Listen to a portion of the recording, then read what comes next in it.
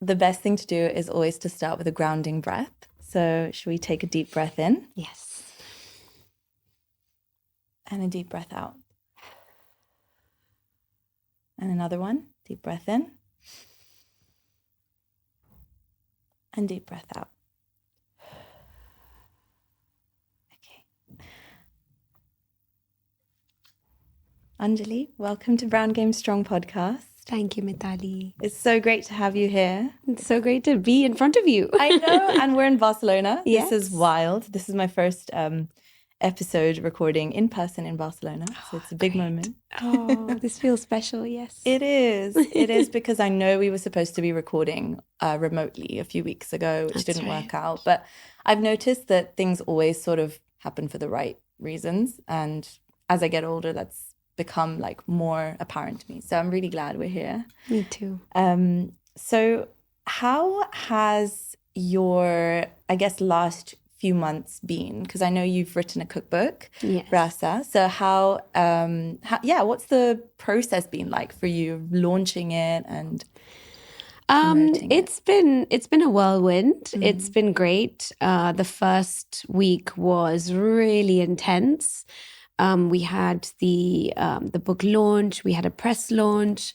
There were quite a few interviews that week. Plus, my brother had flown in from London to be with me and his wife and a friend. And so it was a house full. It was really lovely. It felt like an Indian wedding in some ways because there were so many things happening back to back that week. So that was sort of a rush. And after that, it's been pretty steady. There've been lots of interviews. I've also had quite a bit of work going on and been talking about the book nonstop on social media. So yeah, it's been a lot of energy being put into it. Yeah. Yeah, it's been great. I love that. And congratulations on launching the book. Thank you such so a much. huge step. Is this your first cookbook? No, it's technically my third. Okay. I published, my first one was self-published in 2016, and then it was taken on by an editorial a couple of years after that. And in between, I published an ebook, which I do consider a cookbook as well, because it was pretty hard work as well, even though it was just an ebook. But I think we put more value in those things now as well, because it's more accessible to the world. So this is my third one. Wow. Yeah. And what makes this one particularly unique in your journey? Well, I always say that this is the book that I would have liked to have written first, basically because it talks about the sort of my life through food, where I have lived and traveled, and my experiences. And there are quite a lot of personal stories in there. So that's what makes it a slightly different take to just any other cookbook. I just wanted to give it some depth and some substance, and also a little bit of fun here and there. Yeah. So like I wanted to be a book that was a story and that someone could have by their bedside as well. Yeah. Yeah. I was flicking through it a couple of days ago, and what's really nice about it is the fact that you weave so many stories into all of your recipes, and it makes it just a lot more real and makes people want to try the recipes because, I don't know, it's just that extra, touch, that extra storytelling element that you bring in. And also, I think it helps us get to know you and your journey. And that's kind of why we're here as well, to delve a little bit more into that. So the first thing I wanted to ask you is, who actually is Anjali Chugani?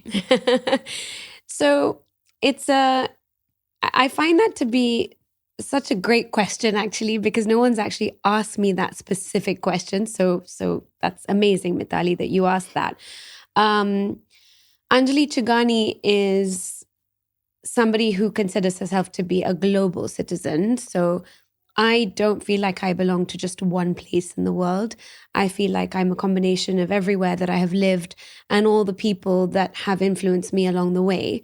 Anjali is this little timid girl who was born in London, who didn't think like she had much of a voice when she was younger, and somehow flourished. It was sort of this caterpillar butterfly moment when she got to Bangalore and flourished and found her voice almost immediately when she landed in Bangalore on her Indian soil, because she felt like that's where she really was from.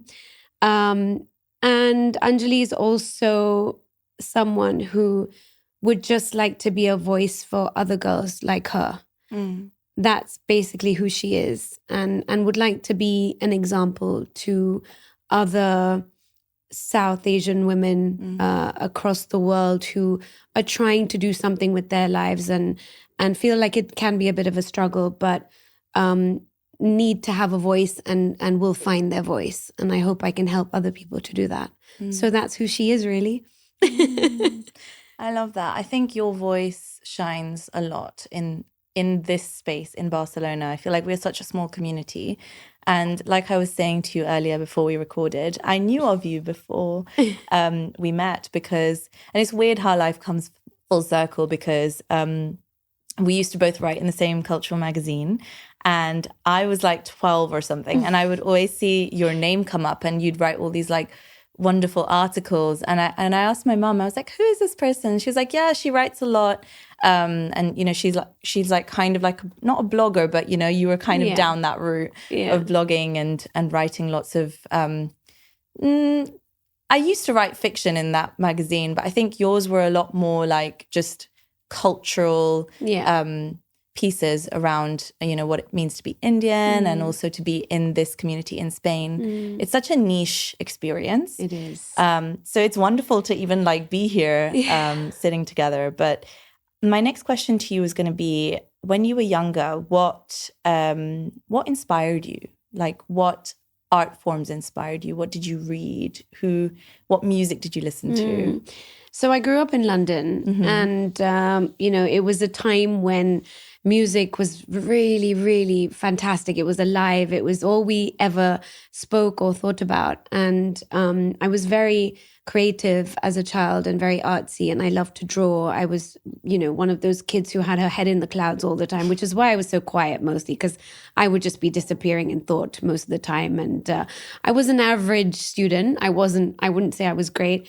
And it's partly because of that, because I was a bookworm. I read a lot of fiction and novels. My favorite novel is The Lion, the Witch, and the Wardrobe. Oh, love that book. Until today, I could go back and read that a million times. I would just get lost. You know, for me, watching films or reading books that are so full of fantasy, I can get completely lost in that for 2 or 3 hours and just be the happiest person. And that would be where my head would go. I would just escape a lot. We did watch a lot of TV when I was young, I have to say. And that was life as well, because TVs were new at the time. Yeah. I'm talking about 1974 when I was born. So that was a while ago. And it was sort of very new to even my parents, I think. So we watched a lot of game shows together as well, which was quite fun. And it was never prohibited in my house. It was never sort of like, oh, you can't watch TV. I don't think I had any restrictions in that sense. It was quite free. And yes, music was very much a big part of our family. My mum's side of the family loved music. I have a lot of musicians in our family, guitar players. I played the piano as well when I was growing up. And I used to love to sing. And I used to sing alone in my room and in the bathroom because I would be really shy to sing in front of people. So there was a lot of different types of music. We didn't really listen to much Bollywood or Hindi music growing up because my parents were quite Western in nature. So there was a lot of chart music and the Beatles, the Rolling Stones, things like that. A lot of radio. Radio was on all the time. I remember when my dad used to take me to school, he'd sing songs with me in the car. And I mean, those are the memories I have, because it was just, there was always music. There was always music. And when I was home, I'd be constantly doodling and drawing. And it was just always some sort of creative inspiration, because my mum is a really great artist as well. And I would see her doodling and drawing as well. So I think I got that from her too. So yeah, lots of creativity all the time at home. Yeah. And you said it wasn't a very strict upbringing. No. Was it ever strict in any sense? Yes, in terms of education, my mum was a very strict person in the sense that she'd make sure my homework was always done and that I'd be studying. And, that was study time, and there was nothing else. And so in that sense, yes, I wasn't really allowed to go out much as a teenager. I don't really know if I even wanted to be honest. I didn't have the urge when I was living in London to go out with friends that much. I think I had sleepovers a lot. But I think there was always so much family in the house and we had visitors constantly that I didn't really feel the need for anything else. And I was quite an introvert anyway. So I didn't have that many friends growing up either. And I was much more attached to my family. And when my cousins would come to visit, that would be just my world.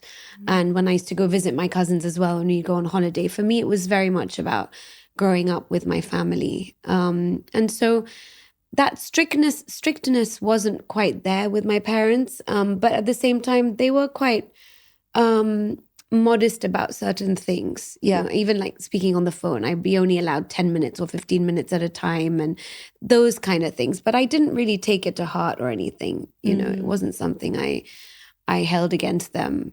And then later on, I rebelled quite a lot. That came a lot later. I love that. Are you a strict parent yourself? I don't think that's something I think my kids would have to answer. I don't like speaking for them, but I don't consider myself to be very strict. I think that I give them, they are allowed the freedoms that teenage girls should have.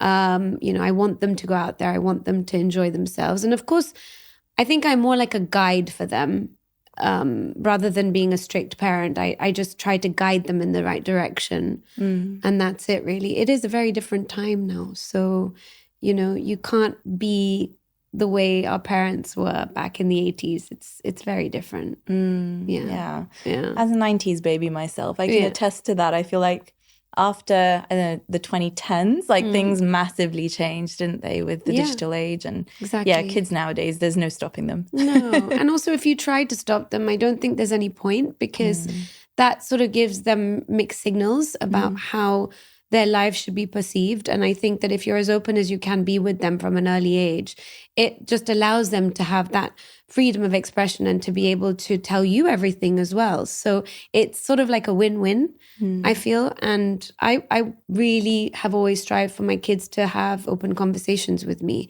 And I think they do for the most part. Yeah. That's a good achievement. Yeah, I think so. I want to ask about when your cooking journey started. Was it when you were a kid? No, I wasn't at all interested in cooking. I loved eating. I was always the chubby one. I loved eating. We come from a household that loves food. My entire family loves food, even my extended family. I think conversations about food have always been sort of never ending. But cooking itself, I would watch my mum cook. And she was great, always great in the kitchen. I didn't really participate much in that. No, I wasn't really interested in it. I was interested in watching her and watching other people and talking about it, but not in actually doing it myself. No. No. So at what point did that flip for you? When I got married and I came to Barcelona. And it was more of a need basis than a want basis initially, because it was sort of like, all right, now what do I do? I have my own kitchen. I'm sort of starting over. And where do I go from here? So those skills came much later for me. Yeah. And when you say it came as an obligation, how do you feel like that has changed within our society over the past decades? Well, I think that a lot of things that happened in the past were due to the fact that our generation, many of the past generations, lived in extended families and joint family systems, where they were expected to do certain things, where the women were expected to take care of the kitchen and all of the household domestic chores while the men went out and worked. And I think that's a generational thing. It does still happen in today's day and age, I have to say, in some households. However, I think that in modern society, it's a lot more sort of divided. The work is divided. It's not just focused on the woman doing those things, because women have careers now. We have education behind us. We have, different interests. And it's not just about us standing in the kitchen all the time. But I do think that there are certain aspects of it that, as people, if you love something and if you find joy in it, and I find joy in feeding people, I find that you want to do it, and it's something that you want to do rather than being forced to do. So you end up feeling that joy, and the goal is to produce something delicious for your friends and family. And it's not just about, I've got to put something on the table every day for my family. It's not just that. And there are days I don't want to do it, and I don't do it when I don't want to do it, because I don't think that should be done that way. I think you should do it out of love always, and out of the fact that, it makes you feel good doing that specific thing. And it could be anything, not just cooking, But coming back to that, I think that, yes, it's definitely changed over time. There has been an evolution in that sense.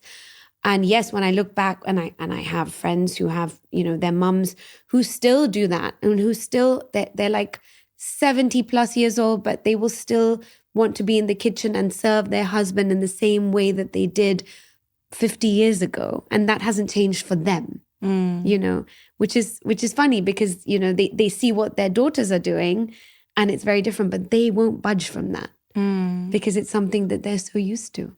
They're used to, and it probably forms part of their identity and their values, right? Yeah. Their duty almost, like they see it as something they do out of joy. Absolutely. And I think that's one thing about the whole sort of Indian culture that I've come to realize as an adult, is there are a lot of women who take a lot of joy in doing these things, because that they see that as, almost like their dharma in their life. Exactly. And we have no, I guess, right to sit there and be like, oh, well, you should go and do something else. Like, why are you cooking for your husband? Because if that's what gives them joy and it's a choice, then great. I think so. Right? Yeah. And I also think that, why can't we do everything? Why can't we do everything? We can. We should be able to. We should be able to go out there and do the job that we want to do, and be able to cook a good meal for ourselves and our family, if that's what we want to do. And if we enjoy doing that, then we should do it. I mean, I think it's great. I love the fact that I can cook for my family and have a job and be able to do all the other things that makes me a woman, and a person in this world that can contribute something. We can do everything. Yeah, we can. I'm in a very funny situation where I wish I was more of a like homely kind of, someone who cooks fresh food every day. And I just don't. Like, I live in London. It's hectic a lot of the time. There's a lot of, grab and go type of food. Yeah. And there's a lot of processed food. And it's something that I'm trying to shift. Like, now that I'm in my 30s, I can say that I would want that to be my main aim, is just for health purposes, but also, to feel like I'm a grown-up now and I can take care of myself. Yeah. And if and when I eventually get married, I would want to take that forward, not because I would be the wife, but because I would want to just be healthy and kind of, I guess, like, just be responsible as an adult. And when I eventually have kids, I wouldn't want to, order food for them every day, because I order food for myself a lot. So it's something I'm trying to change. But I wanted to ask you, how much of this is motivated by health reasons, for example? Because a lot of Indian food isn't very healthy.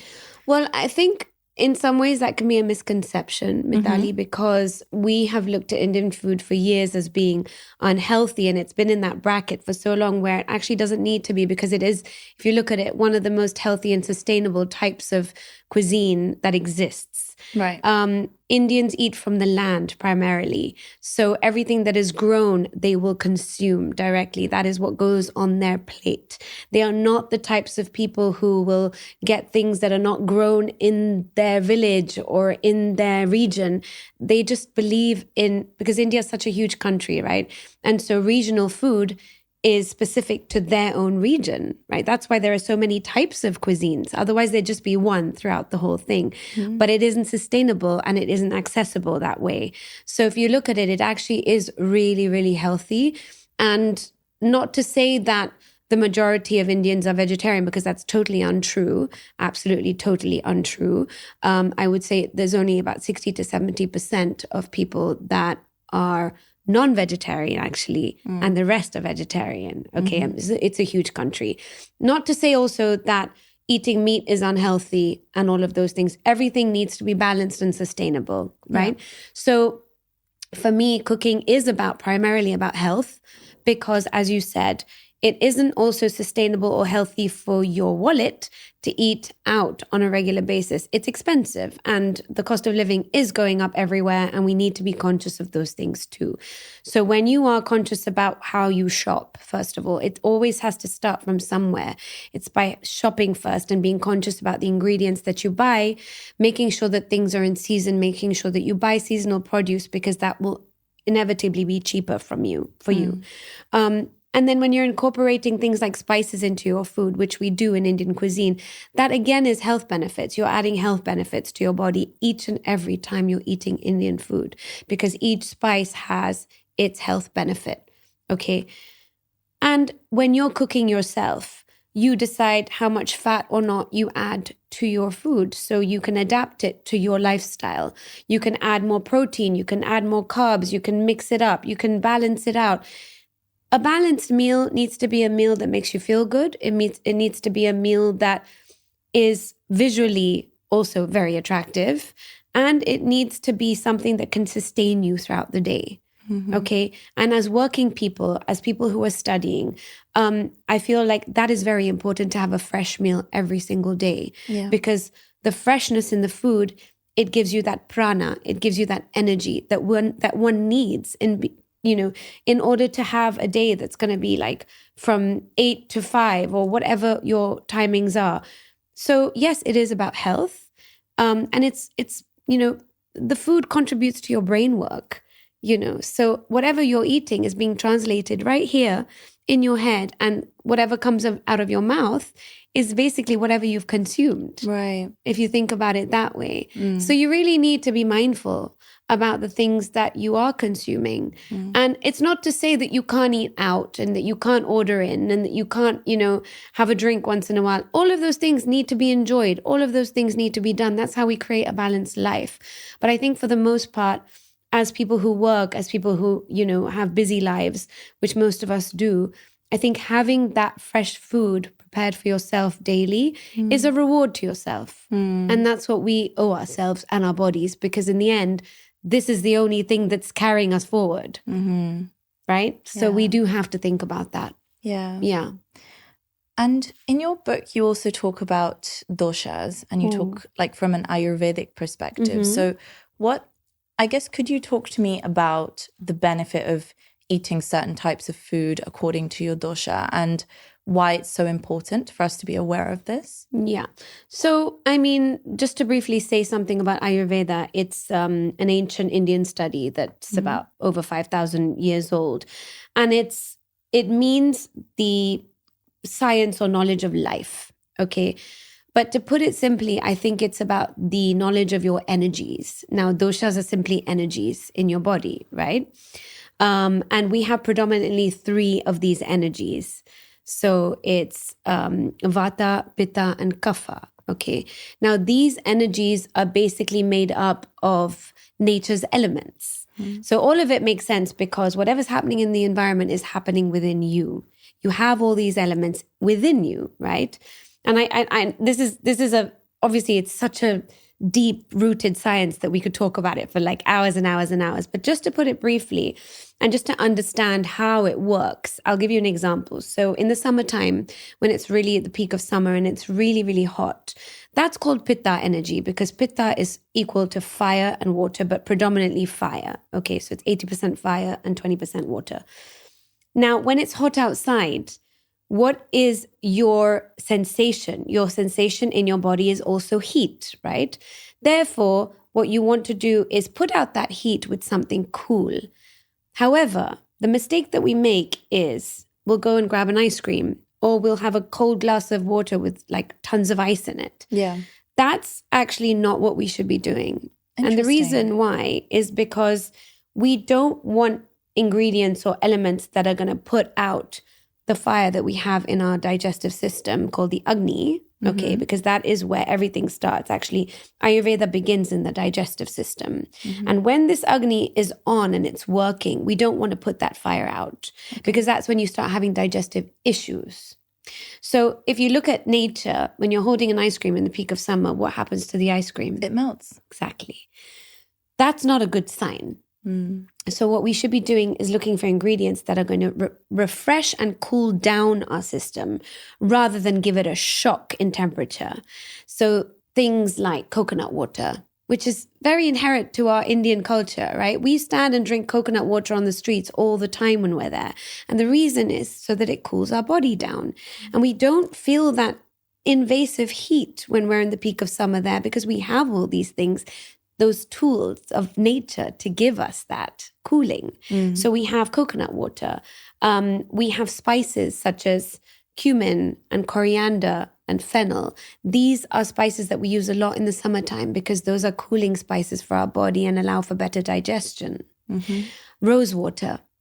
We spritz it all over our face. You know, that's because it cleans out our pores and it cools things down. So it's a very logical way to look at things. It's a very it's sort of like opposites create balance, you know. So you wouldn't eat a really spicy meal in the peak of summer because that just wouldn't be good on your system because it creates more heat internally, you know. So people walking around in the middle of winter having a smoothie, you know, it's not going to work for them. It's going to upset their digestive system because in the winter, when it's cold out, you can't be consuming things that are cold in temperature or in nature. You have to be having warm drinks and things that are warm in your system so that your system stays warm and it continues to function in the same way. So it's actually such a basic thing when you look at it. And a lot of it is also about the seasons and the changing seasons because we need to adapt everything, our diet, our lifestyle. It's all about all of those things because it's all about your lifestyle as well at the end of the day. You know, in the peak of summer, you're not supposed to exercise excessively because that's going to create more heat in your body. You're supposed to be doing cooling things that are calming for you. In winter, yes, it's good to rev up the system and to create a little bit more sweat because you're sweating less in the winter. And we need sweat in order to detox our bodies, you know. So basically that's Ayurveda. And Ayurveda makes just like so much sense. So much sense. Do you feel like Ayurveda still has a long way to go before it is kind of spread out, the knowledge is spread out widely into the West particularly? I think that it's doing a great job. And it really kicked off during the pandemic, I think, because people were trying to find alternative solutions to more holistic lifestyle, more holistic medication, and natural things. So I feel like even though it is such an old science and it does stem from India, I think that the Western world has adopted it really, really well and they've accepted it in such a positive way. There is much more curiosity about it and maybe it takes a little bit more time, but it is there. And I'm really happy to see how much more it's being accepted and being tried and tested in the Western world. I mean, I'm seeing it all the time and it's really great. It's great. Yeah. So everything good takes time. And I think that, you know, it's okay. It's getting there. It's better than not getting there. So, yeah. So when you moved to Spain and you started cooking, were you aware of these sort of ancient teachings? Is that something you taught yourself with time and incorporated into your food? When I came first and I started cooking, I didn't really have that sort of strong awareness. There was a base there because I think coming from Indian homes, there are certain things that are just sort of innate and are just there and you don't question them. You know, you just do certain things that maybe your mom or your aunt or your mother-in-law or your grandmother did and you don't even question it. You're like, oh, they used to do that, so that works, you know? And I didn't question it until I had my children. And then I think that's when I was like, well, we have to find alternative solutions because kids get sick a lot when they're young, and you can't keep pumping them with this sort of medication and antibiotics and things like that. So you find other routes. And that's when I gained more curiosity about Ayurveda. But I didn't really talk about it to anyone or really deeply study it. I think I bought one book and I used to refer to it like a sort of dictionary or encyclopedia. I used to just go to it sometimes and have a look. And then later on, my curiosity became much more piqued, and that's when I studied it. Right. But yeah, it was a process that was very gradual and organic, like it is for most of us, I think. Yeah. And then talk to me about Soul Spices and how that began, because that's your baby, right? Yes, that was my first book. So it sort of stemmed from my stint at culinary school. I went to a culinary school here in Barcelona called Hoffman, which is quite a prestigious school. And I basically went to learn basic skills, cooking skills. And I did that, and I did a pastry course. And when I was in there, it's such a great environment, first of all. I loved it so much. I really enjoyed it. But I realized that people didn't really know much about spice. And I would always think that everything tasted quite bland because I think my palate was, I have a wider palate, what to do. This is just how it is. And so I would maybe add a little bit of extra seasoning to certain things. And one day my teacher was like, what have you added in there? That's not in the recipe. And I was like, well, I kind of brought a couple of my own spices, and I knew I'd get into trouble because, this is basic French and Spanish cooking we're talking about. You're not supposed to mess with that stuff. But I felt like it was a pasta sauce, and I was like, I really need to up this game here. This is not good enough. So I had my homemade curry powder that I make, and I added a little bit in there. And I thought nobody would really realize. But one of my colleagues in class, he tried it and he was like, oh my God, you all have to try this. It's so good. And what have you done to that? And then the teacher tried it and I was like, oh no, this is not going well for me. And he told me off in front of the whole class. And he was known for doing that. So I got really embarrassed. And then I said, I'm sorry, I'll never do that again. And then later he said, can you tell me what spice you put in there? So then I brushed it off and I told him. And I think that's when I was like, I think there needs to be a lot more exposure to our cuisine and spices in general. And that's when I started researching spices and writing things down and, testing stuff at home myself. And then when I finished at the Culinary Institute, I asked my teacher to teach me how to teach because I liked their format and I thought, wow, this is great. And I there was something in me that said, I want to teach people. Right. And he kindly enough gave me a private class on how he teaches and exactly how it should be done. Wow. And that's where I learned how to teach other people. And then I knocked on some doors in Barcelona at these small culinary little schools that there are all over the place. And I said, are you interested in like someone teaching Indian cooking? And would you like to have this class? And I got a lot of no's. I think people were scared. They didn't know what it was all about. But one guy was like, all right, fine, we'll do a trial class. I can't pay you, but we'll do a trial class. I was like, that's fine. And it was successful. And then I did another one and I did another one. And so it sort of stemmed from there. And that's how I began writing the book, because I thought that if there was some interest there, and then some of the other schools that said no to me said yes, because they saw that it was doing okay. And at some point I was teaching in about 5 or 6 different schools in the city. And that's when I was like, I'm getting the same sorts of questions about Indian food. I'm getting the same sorts of questions about spices. Really, there needs to be some more knowledge here. Come on. And that's how Soul Spices came about. And it was self-published initially because no publisher wanted to take it on. So I did it myself. You teach masterclasses in all around Barcelona. I wanted to know, actually really curiously, what has the reception been of, not just butter chicken type of Indian cooking, but like more detailed, more refined, more nuanced cooking, where you're using lots of different spices, you're taking inspiration from all parts of India. What's the, I guess, how have people responded to that? Initially I was really surprised because people loved it. They were so excited. They were like, wow, this is so delicious. And the first shock that they get is when they see the list of ingredients, because there are some dishes that could have about 6 or 7 different spices there, right? So I always, sort of start teaching them from the base and how we use the spices, because that's really important. You can't just chuck them in. There's a process, right? So once they understand that process, then they lose that fear. And also once they understand that spices are not chili and they're not spicy, there's another level of fear that they lose.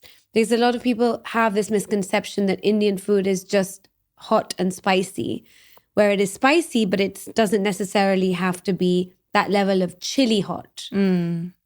So that's something that I found people received really well. And, I've met so many different types of people, all ages and groups of people. And it's so great because, they get so excited about it.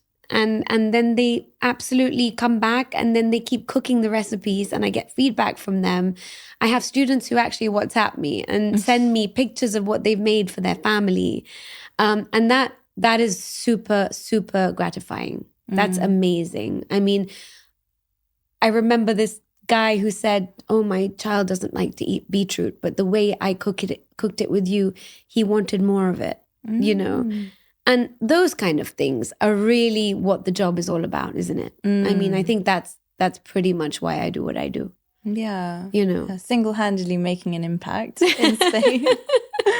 Have there ever been people who've not believed in you? Oh, yeah.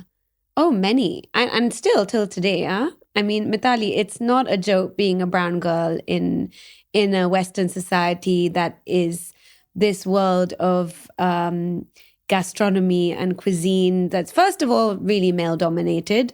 And second of all, you're fighting there, this South Asian lady who's like fighting to be seen and heard. It's a constant battle. And I've had many, many times. In fact, when I first launched the cookbook, Soul Spices, I was told by somebody who was actually supposed to be helping me with marketing. She said, no one's going to buy your book. No one knows who you are.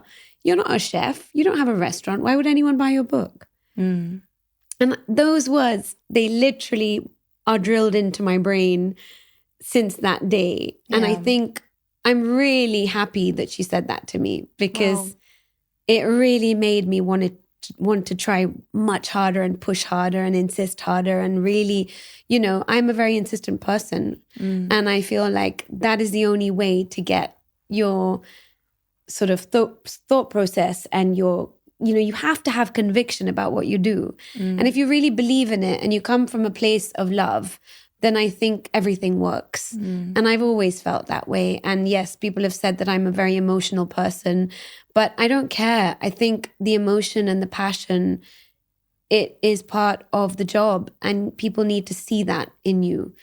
And so, yeah, I've had so many people say no to me. I've been not included in many events and things that have taken place across many platforms in this gastronomic world. But, I don't think I'll ever give up. I'm relentless. So I think you need to believe in what you do. Yeah. And believe that somebody out of the 100 people that may say no to you, one person that might say yes and say, okay, come on, let's do this. It's happened. So, it is the way of the world. It is the way of the world. I also do feel like, from my own experience as well, for every person that kind of, judges you or feels like, what is she doing? There's going to be many people who are impacted positively, like the beetroot story. Yeah. So it's just little things like that when, they're little, let's say they just give you a little push as you go along throughout your journey, because you're like, oh, actually, I had a really tough few months, or I didn't get this gig or whatever, but actually, like, I helped this kid or I helped this person. Yeah. And they gave me, really positive feedback about how it's changed the views they have on Indian food. Absolutely. Why would you ever stop? No, that's the thing. And I feel like you can get maybe sort of things can sort of get away from your hands, no? So sometimes when you're doing something, you forget what it's really for. Yes. And it's happened to me many times where I get carried away with a certain idea and I want to do something a bit bigger. But then I come back to myself and I'm like, no, but that's not what you started this for. So don't do that because that's not going to be good for you. Or if I was excluded from something, which has happened very recently, it did upset me initially, but then I was like, actually, it's such a great thing that didn't happen because I could focus on this thing. And I got more time to do this one thing, which ended up giving me something else, which are little things, but they end up to really contribute so much more to my soul than those big things. I don't think I need that. I think I need to have this close contact with people and be able to talk to them and have people in my space where I can sort of really teach them what it is I want to teach them and they really want to learn it. It's about that. Yeah. It's really about that. Yeah. Yeah. It's about helping the people that are in your corner and do want to learn. Exactly. Basically. Yeah. And I think the rest of it is noise. Yeah, right? Absolutely. So much noise. And social media, it's helpful, but at the same time, it can get quite noisy and it can get, you can go into this little rabbit hole where you see things that are happening and you there's that whole comparison thing. There's 100%. there's so much of that out there. And we're human. We're going to get caught in that once in a while. It does happen, especially if you are sort of public in some ways in what you do. It's very normal, but I think it's about a matter of controlling and really, grounding yourself, just like we did when we started the podcast. You ground yourself, you come back to where you are and you say thank you for being here. Yes. It's a privilege to be here. It is a huge privilege. Yeah. I think that's helped me through really difficult times because I think you might relate to this, but doing something on your own can be so scary, right? Because I don't know about you, but I live in my head a lot. I'm just like, people might not even say things, but I might be like, oh, they looked at me funny. Like they're probably judging me. Yeah. And it's things like, oh, but I get to do this. It's so nice that I can do this that keeps propelling us forward, I guess, right? Absolutely. How beautiful is that? Yeah, exactly. And like you said, when you're in your own head so much and you have these impressions and you're an overthinker. Oh, yeah. I'm an overthinker. I can tell because I relate. So when you're an overthinker, you do take things on and it just digs into your chest sometimes. And you're just like, and then you're like, no, wow, actually, when I first got to Spain 23 years ago, people used to look at me funny. Yes. They used to ask me questions like, so are there really cows on the road in India? And do people really ride elephants? And initially it would get to me and I'd be really upset about those questions. But then I was like, you know what? Actually, she's asking me something about my culture. I'm going to use this as an invitation to say something so that she learns something new. Yes. And so it's a privilege. Yes, definitely. Yeah, it's great. I want to move on to your cookbook now and start off by saying that I love the name. When you wrote in your book, I guess the definition of it being a Sanskrit word for essence or flavor. Yeah. I would love to know how you aimed to bring that essence into, the messaging you were trying to put out in this book. Like what is the main message you would want to give to everybody through this book? So in terms of the title, it is a Sanskrit word which means all those things. It's flavor, it's essence, it's texture. So when I thought of the title, it was because we have that in everything. It's not just food. It's our lives. There's so much texture. It's essence. We are who we are, There's rasa in everything. There's rasa in music. There's rasa in what we see, in what we touch, in everything. It's texture, it's feel, it's everything. Like we live such tactile lives, right? So if you just touch where you're sitting right now, you can get so many different sensations from the seat that you're sitting on. I'm sitting on something that feels kind of like velvety. You're sitting on something that feels somewhat leathery. And we have that, again, privilege to be able to pick up on those things. So for me, rasa was all about the essence of life. And wherever I've lived and things that I've picked up, the different textures and ideas and sounds and the depth of flavors and everything that I have lived across all of those different cities and experiences. So that was the main reason for the title of the book, which I had to somewhat fight for, because it wasn't a name that was very recognized here. So there was a presentation about the title, and they were kind enough to accept it eventually. So I was really happy that went forward. Yeah. You have a lot of Sindhi recipes in your book, and we spoke about this extensively before we started recording, but I'm so happy that you've made my life easier, because coming from a dying culture that is Sindhi culture, we are constantly almost like a little bit frantic as we get older, because our generation are the generation that are very aware of how we don't know enough about our roots. You know, we've lost a lot during the partition. Of course, our grandparents, when they moved, lost a lot of their possessions. And as our grandparents get older and move on, I feel like we lose a lot of those stories and that knowledge. And part of that is food. So for me, my grandma, my nani, who is no longer here, she was the best cook and is the best cook till date that I have ever seen or experienced in my life. And one of the things that I have regrets around is that I haven't retained a lot of her recipes. I was too young. I was probably unaware. And every time I ask my mom, I'm just like, Mom, we've lost a lot of recipes. Like, let's hold on to what we do have. And then there's like a whole exercise that I feel like a lot of people, my generation, have taken on to write down those recipes and to immortalize them. You've immortalized it in this book. Things like dal pakwan that we've grown up eating, or of course our favorite sai bhaji or Sindhi curry. And I want to know, what was the motivation behind having such a huge chunk of this book containing those Sindhi recipes? My motivation was to talk about a regional, a part of India that I would say a lot of people in the Western world don't know existed. It was to talk about my community and where I come from. It was to reveal to people that there are so many regional cuisines within this one huge country, and this is one of them that plays a huge role in it as well, because we did suffer a lot with the partition. Our ancestors, our grandparents, they've struggled. You know, our families have really gone through so much, and we are a gypsy community at the end of the day. But we have been able to retain some information. We have been able to save the recipes, the traditions, the prayers, the songs. There are so many things that are so beautiful about the culture that I've only appreciated in my adult years, being a parent myself. And better late than never, I say, you know. And it's so great that your generation as well is looking into that, and that hopefully my children's generation can appreciate some of that as well.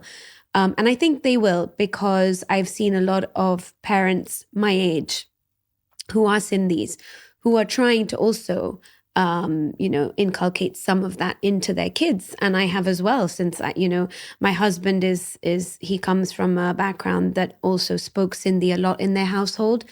I didn't. My parents were very Western. But the motivation was all of that. The motivation was so that my girls could have something to look at when I'm not around, and they could say, oh, I remember Mama used to cook sai bhajis on Mondays, because yes, my mom did it, I'm doing it, and maybe they'll do it. Who knows? Let me see if I have that recipe. And they have it. They don't have to look for a piece of paper or, ask someone else. They have a book that has it in there, and it's a book dedicated to them so that they can use it for themselves in the way it's meant to be used. I also feel like, there is so much misconception about what Indian food is in the world. And so, people who go out to eat an Indian meal, they don't realize that there's so much more to discover out there. And yes, you don't really see Sindhi restaurants, do you? There aren't any. So, if you can create these recipes at home, they're relatively easy. some of them are really minimal ingredients and they're really healthy as well.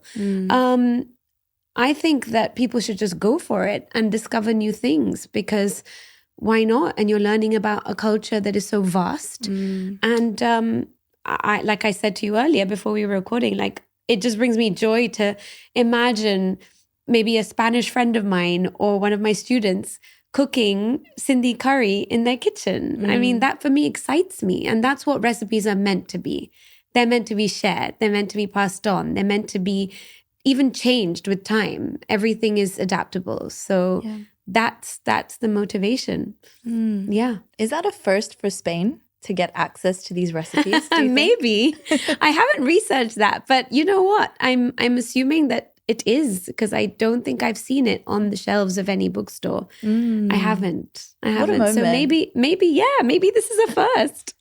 When I moved to the UK, I used to tell people I'm Sindhi and they'd be like, you mean Hindi? Like, what's Sindhi? Yeah. What is that? Yeah. And I'd just be like, do you know what? At the time, I don't even think I knew myself how to explain it. Yeah. But now I'm like, no, we are a community that moved during the partition and all of this. And it's fascinating because when you look at our community, I feel like we are motivated by so much of that trauma. Yeah. And I think from that have come so many beautiful things, like the traditions that we're trying to kind of keep alive. Exactly. I mean, my grandma still FaceTimes me and she's like, you need to speak more Sindhi. Yeah, absolutely. And I think that's part of the issue is that, you know, a lot of people used to say that Sindhi is a dying language. My mum used to tell me that. She was like, oh, you don't need to learn it. It's a dying language anyway. No one cares. It's fine. No one's bothered. But it's only after I got married that I realized, hey, not so much, because it's here. It's well and alive and kicking over here. I mean, the community here is super strong. My husband is a very big part of that community. And I would listen to them speaking in Sindhi all the time. My husband spoke to his parents in Sindhi and within the family. And hearing it was sort of like, wow, you know, and it was like music to my ears. I was like, this is great, you know, and I can't really speak it myself. I mean, in my head I can. Same. And I understand it perfectly well. But, you know, yes, I would have loved to be able to speak it fluently and better, but it just never happened for me. And it's okay. Like, I'm not looking at it with regret. I find that as long as I can do something. Yes. And as long as I can contribute in some way, that's my part. I'm playing my part. And I think that's good. Yeah, 100%. Yeah. I'd love to know, what is your favorite recipe in this book and why? Oh gosh, Mitali, that's so hard. Because all of them are my favorites. That's the thing. And I picked each and every one of them. So, like, you know, when you curate something, it's just sort of like, I started with like so many and I had to come down to this many. And it was really hard for me to do that. But I think I got a great selection. And for me, I think my favorite, can I have two? Yes.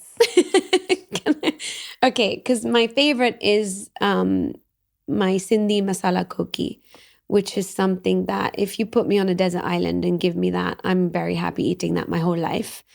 And then within the street food chapter, I love Indian street food. It brings me so much joy. And for me, the dahi patata puris are just like my favorite thing because they're like a flavor bomb and so satisfying. And literally it's like 1,000 different flavors in one bite. And so how much better can you get than that? I love that. And I love that you would take Gorky to an island, because I read that in your book and I was like, that's quite cool. Yeah. I could live on that. Yeah. Really. It's got everything you need and it's got all the nostalgia. Yeah. Yeah. Yeah. I mean, starting my day with that brings me so much joy. I love that it. you have a couple of pages just on chai, because I'm a big fan. And you brought some for me as well. So Was it okay? Did you like it? I loved it. Okay. Yes. But I think beyond that, I do feel like you've covered such a good range of, I guess, different cuisines within India that would appeal to me, for example, because obviously, like, I've got the nostalgia element. I love street food as well. I love going to Mumbai and just going to the stalls, risking my stomach. Yeah. And you've got elements of like a lot of those traditional recipes that we would want at our fingertips as we get older. For the future, I guess, if you were to write another cookbook, what would you, I guess, how would you embellish it further? Because I feel like you've got a lot of the classics now covered. So do you have any plans to Yes. Yeah? Yes. Tell us. So what I'd like to do is discover more about the regions within India and sort of rescue some of the recipes that are from the villages and recipes that are innate to their, to those villages, and you can just find them there within those places, traditions and all of those things. So I'd like to sort of focus region to region and perhaps go up north for the next book. The photographer and I, Becky, we've already spoken about it. So hopefully we're going to do a trip there next year. And just discover sort of some hidden regions and places where we can bring importance to those people and those sort of, undiscovered things, and where people can really see, okay, so this in this particular area in the north within this village, this is what they're making there, and really target those things and their traditions and their people, and really give them a platform. Not that they really care or know, because they don't, and they keep doing their thing, and they really couldn't care less about what we're doing here. But I just feel like it is such an eye-opener for so many people, not just people who love to cook, but people who love to travel, and to show them glimpses into this vast country. And for me, I'm leaning so much more towards the travel side of things, that I feel like I want people to be able to discover those hidden gems that we have all over the country. And not just, yes, we do have the Taj Mahal, and we have places that are like so iconic, obviously, that people want to go visit. But I feel like there is so much more to see and to discover and to understand about the country, that I would like people to be able to do that. So hopefully that's something I can do next. Yeah. I mean, we're more than 1/8 of the world's population. Surely there's a lot of diversity within that. Yeah, exactly. And what's really nice about being alive in this generation is that people are willing to learn. I don't think people are like sitting there being like, oh yeah, no, like all Indian food is the same. Like I think people are aware that there's a lot they don't know. Yeah. And that's where I guess we can come in and be like, I will help, and I will do some research. Yeah, it's basically just being a facilitator, right? It's being someone to communicate. It's being someone to hold someone's hand. It's being that person to be able to show you something that you're like, oh, wow, I didn't know that was there. When people have seen the chapter of Bangalore, they're like, wow, it looks great. Like, I'd love to experience that, and I'd love to be able to be there and see that. It's just bringing them closer to something that hopefully one day they can experience for themselves. And I think that if we can do that, then it just makes the world a little bit smaller, and we can break down some barriers and some idealisms or some thoughts that people have or misconceptions. And I just think it's just all about that, And coming right back home, what hopes would you have for your daughters when they grow up and start cooking more and start adapting your recipes, or just exploring Indian cuisine? Well, I hope that they embrace it the way I did, or even more. I hope that they want to learn a bit more. I hope that they can take this book and turn it into something else for themselves. I hope that they can reinvent a recipe and more. But for me, mostly, I just hope that they find that joy in feeding themselves, eventually, and finding the interest. My older one already does that. She's great. She's at uni, and she's fantastic. She cooks for herself almost every day. She does her batch cooking on Sundays. She's great. And I just hope that there's like joy in that. For me, it's about that, and just sharing it with other people. Because it's always been about that for me. It's just about sharing and wanting people to see what there is out there, I love that. Yeah. Are there any plans to kind of bring this book out in different languages? Yeah, Mitali, I would love it to be published in English, not only in the UK. I would love for it to be published in India, because even though it is essentially an Indian cookbook, I think the perspective is very different. And I think even for a local person there to be able to read this story would be interesting for them too, as a woman who's lived in the West and been able to adapt her culture and her recipes. I think that it would go quite far on that terrain.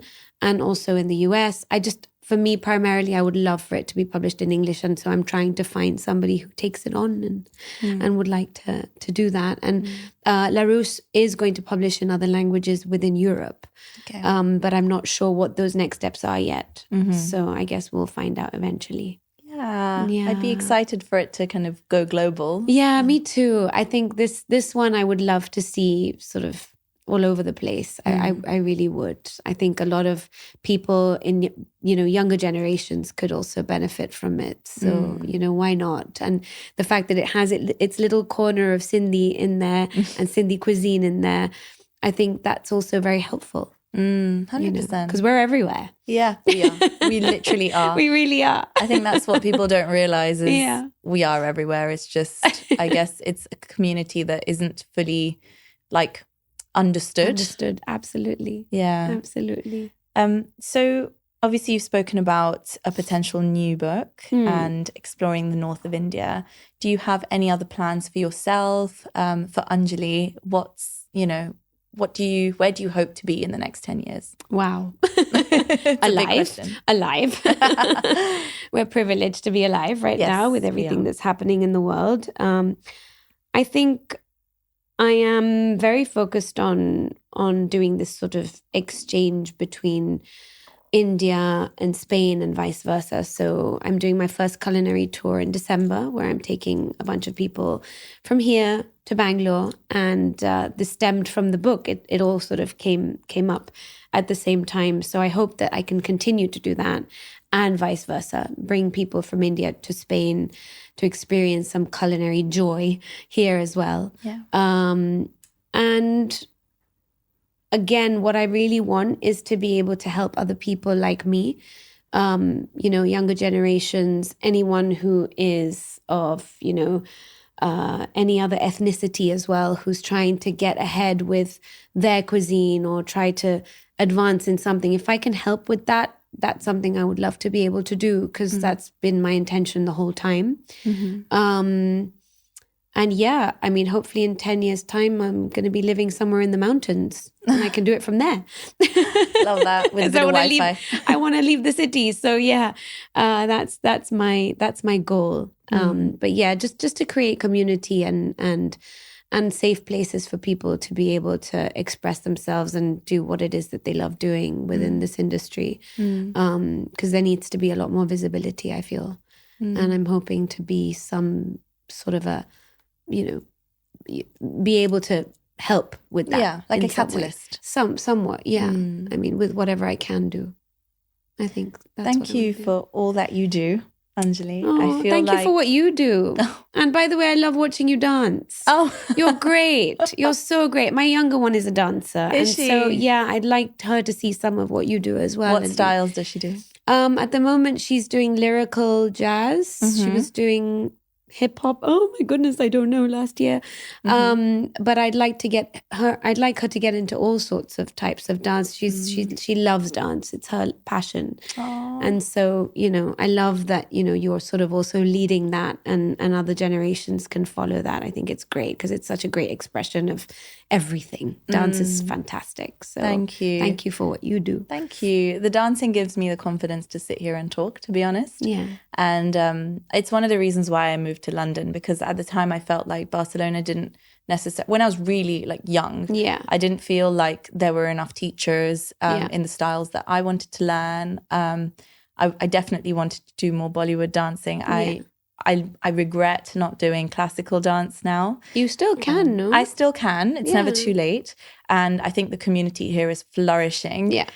So if I were to come back and train, then I'm sure I could. But yeah, it's such a big part of who I am. Yeah. And yeah, I don't know. I feel like we should just all kind of whatever we're interested in, just go for it. I think we don't have those restrictions as much. No. And I'm similar to you. Like I've had really very supportive parents who've let me kind of just do my thing, especially after a certain age. They were like, okay, you're old enough, you're working, you know, we've done our job, we've ticked it off. So now you can do whatever you want. So it's been really good. Yeah, good. But the last question for you, Anjali, is what do you have strong game in? What do I have strong game in?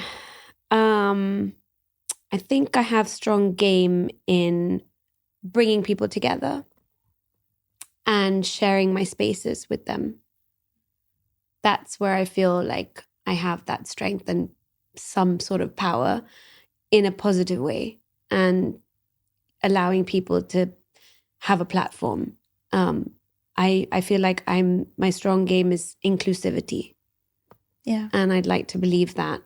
Yeah, I think I see that in myself, and I always want people to feel included. So that's where I see it, you know. And I also feel like that's a huge influence on my children. Because having 2 girls is really a big deal. I feel like they need to see that inclusivity is number one, and it needs to be. And we just have to sort of let go a lot of ego when it comes to that sort of thing, because it's not about you. I mean, there are some things that are, but I think essentially we are all one community, and that needs to be way more apparent each day, each second, each millisecond of your life. So for me, yeah, that's the strength I feel like I have. And you're doing it.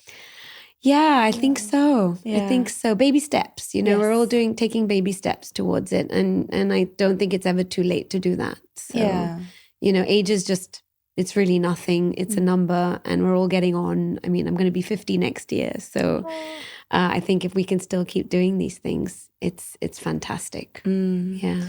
And I think what I leave this conversation with today is just a little more inspiration to keep doing the things that I enjoy, because I feel like speaking to you, it's like the self-doubt never goes away, but you just learn ways to manage it and just keep going. So I do love that. Thank you so much. And I'm really excited for all of the work you're going to continue to do, the books you're going to write, and the lives you're going to touch. Thank you so much for having me, Mithali. It's been great. Thank you, Anjali. Thank you. Thank you so much for listening to this episode of Brown Game Strong. I really hope you enjoyed it. If you'd like to stick around, then please do hit the subscribe button if you're listening on YouTube. And do give the social links a follow as well. We're on Instagram and on TikTok. If you have any thoughts, feedback, advice, any potential guests that you'd like to hear me speak to, then please do drop a note on either the socials or on browngamestrong@gmail.com. Thank you once again for listening, and really appreciate your support.